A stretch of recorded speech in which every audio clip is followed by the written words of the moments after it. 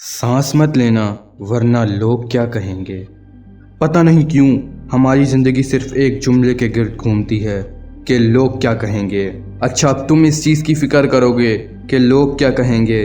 तुम्हारे लिए लोग क्या कहेंगे वो ज़्यादा इम्पोर्टेंट है या तुम क्या करोगे वो। असल में तुम्हारे लिए तुम क्या करोगे वो ज़्यादा इम्पोर्टेंट है।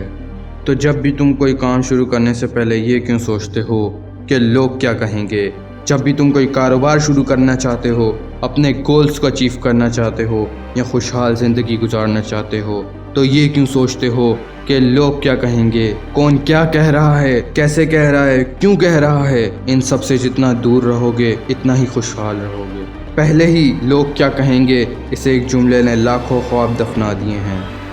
अगर इन लोगों की वजह से तुम भी उन लाखों लोगों की तरह अपने ख्वाब दफन कर भी दोगे तो तब लोग कुछ नहीं कहेंगे। क्या फिर लोग बातें नहीं करेंगे? नहीं, लोग फिर भी बातें करेंगे। लोग फिर भी तुम्हारे पीछे बोलेंगे। तो फिर क्या करोगे? तुम लोगों को खुश रखने के लिए थोड़ी ना बने हो। अगर आज तुम लोगों की बातों की वजह से अपने ख्वाब मारोगे तो इस बात का अंदाज़ा तब होगा जब तुम्हारी आखिरी सांसें चल रही होंगी।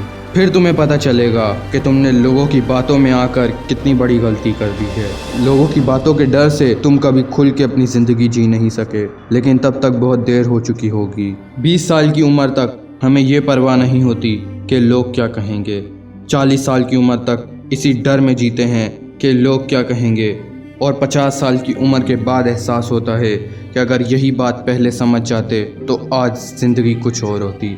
मेरे दोस्त, ज़िंदगी बहुत छोटी है, कुछ पता नहीं कब ख़त्म हो जाए, इसलिए इस ज़िंदगी को खुल के जियो।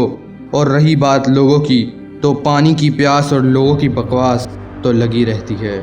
इसलिए तुम पर उंगली उठाने वालों को बता दो, आईना जब उठाया करो पहले खुद देखा करो फिर दिखाया करो।